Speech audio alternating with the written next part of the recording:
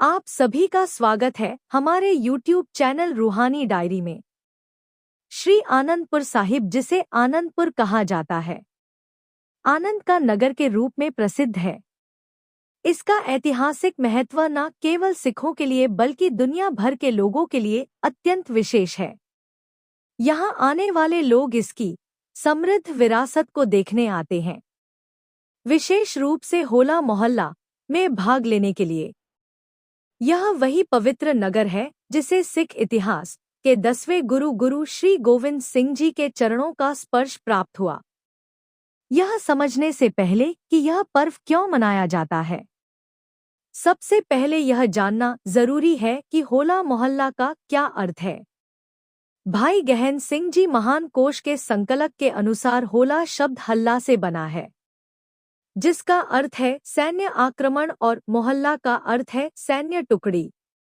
इस प्रकार होला मोहल्ला का अर्थ है सेना का संगठित आक्रमण, यानी युद्ध नगाड़ों के साथ नेताओं के नेतृत्व में किया जाने वाला एक अनुशासित सैन्य जुलूस। 5 प्रमुख कारण जिनकी वजह से सिख इस 3 दिवसीय मेले यानी होला मोहल्ला का उत्सव मनाते हैं।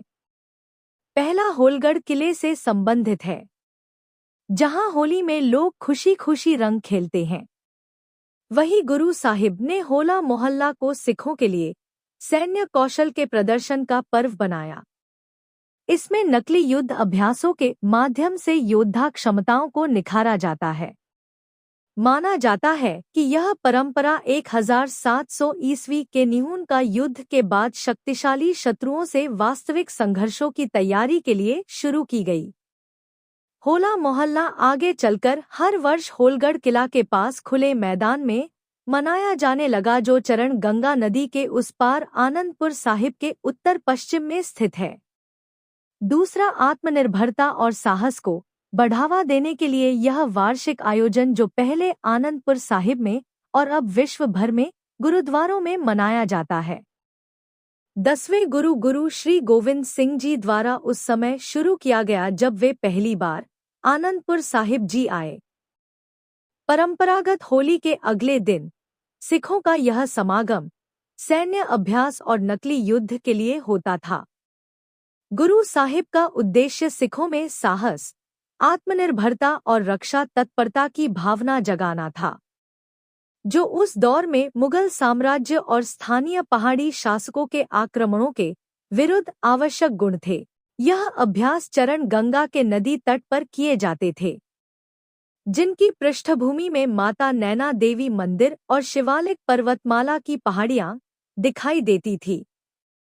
तीसरा, परंपरा और संस्कृति के संरक्षण के लिए होला मोहल्ला अन्य त्योहारों से इसलिए अलग है क्योंकि निहंग सिख समुदाय ने इसकी शुरुआत से चली आ रही मूल संरचना और भावना को पिछले 300 वर्षों से पूरी निष्ठा के साथ सुरक्षित रखा है। निहंग सिखों द्वारा प्रदर्शित युद्ध कौशल, गतिका और पारंपरिक अभ्यास दर्शकों और पर्यटकों को उनकी जीवन शैली, परंपराओं और अनुशासन की झलक देते हैं। अपने विशिष्ट ऐतिहासिक, सामाजिक, धार्मिक और सैन्य महत्व के कारण होला मोहल्ला सिख विरासत के प्रति जागरूकता बढ़ाता है और क्षेत्र में सतत पर्यटन को प्रोत्साहित करता है। इससे आनंदपुर साहिब जी को केवल एक स्थानीय तीर्थ ही नहीं बल्कि भारत की समृद्ध सामाजिक, सांस्कृतिक विरासत के केंद्र के रूप में स्थापित करने में मदद मिलती है, जिससे स्थानीय लोगों को आर्थिक लाभ मिलता है और सांस्कृतिक धरोहर भी सुरक्षित रहती है। चौथा, श्री गुरु ग्रंथ साहिब जी में प्रहलाद से जुड़ी वाणी। इस पर्व की प्रेरणा भक्त प्रहलाद की कथा से भी मिलती है। बहुत समय पहले हिरण्यकश्यप नाम के एक राक्षस ने घोर तपस्या की। उसकी तपस्या से प्रसन्न होकर ब्रह्मदेव प्रकट हुए। हिरण्यकश्यप ने ब्रह्मदेव से अमरता का वरदान मांगा। ब्रह्मदेव ने कहा, मैं तुम्हें अमरता का वरदान नहीं दे सकता। तब हिरण्यकश्यप ने दूसरा वरदान मांगा। उसने कहा, मुझे ऐसा वरदान दीजिए कि संसार में रहने वाला कोई भी प्राणी, देवता, दानव या मनुष्य मुझे न मार सके। न मैं दिन में मरूं, न रात में, न पृथ्वी पर मरूं, न आकाश में, न घर के भीतर मरूं, न बाहर, न किसी अस्त्र से मरूं, न शस्त्र से। उसकी कठोर तपस्या से ब्रह्मदेव अत्यंत प्रसन्न थे, इसलिए अमरता के बदले उन्होंने उसे ये सभी वरदान दे दिए। इन वरदानों को पाकर हिरण्यकश्यप ने चारों ओर आतंक मचाना शुरू कर दिया।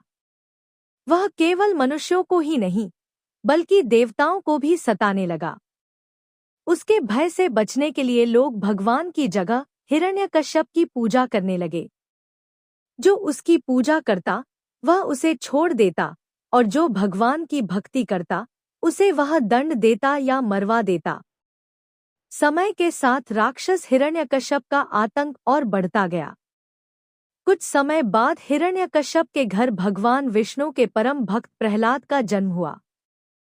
हिरण्यकश्यप ने कई बार प्रहलाद को भगवान विष्णु की पूजा करने से मना किया और कहा, मैं ही भगवान हूँ, मेरी आराधना करो। हर बार प्रहलाद विनम्रता से कहते, मेरे केवल एक ही भगवान है और वे भगवान विष्णु हैं। यह सुनकर हिरण्यकश्यप क्रोधित हो गया और उसने प्रहलाद को मारने के कई प्रयास किए, लेकिन वह हर बार असफल रहा।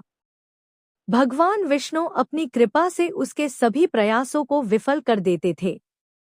एक दिन हिरण्यकश्यप की बहन होलिका उसके घर आई। होलिका को आग में न जलने का वरदान प्राप्त था।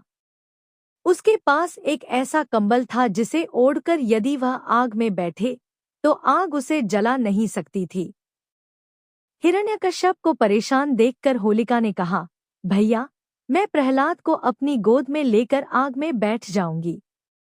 इससे वह जल जाएगा और आपकी परेशानी खत्म हो जाएगी। हिरण्यकश्यप ने इस योजना के लिए हामी भर दी। इसके बाद होलिका प्रहलाद को अपनी गोद में लेकर अग्नि में बैठ गई। लेकिन भगवान विष्णु की कृपा से होलिका का कंबल उड़कर प्रहलाद के ऊपर आ गया। होलिका जलकर भस्म हो गई और प्रहलाद एक बार फिर प्रभु विष्णु की कृपा से सुरक्षित बच गए। जिस दिन होलिका जलकर भस्म हुई, उस दिन को आज हम होलिका दहन के रूप में मनाते हैं। इसे बुराई पर अच्छाई की जीत के प्रतीक के रूप में देखा जाता है। होलिका दहन के अगले दिन रंगों का पर्व होली मनाया जाता है। यह कथा प्रारंभिक सिखों में प्रचलित थी।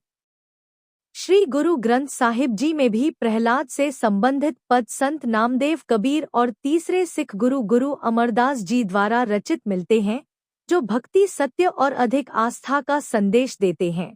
दोस्तों, चाहे बुराई कितनी ही शक्तिशाली क्यों न हो, अंत में जीत हमेशा अच्छाई की ही होती है। इसलिए हमें हमेशा बुराई का मार्ग छोड़कर अच्छाई का मार्ग अपनाना चाहिए।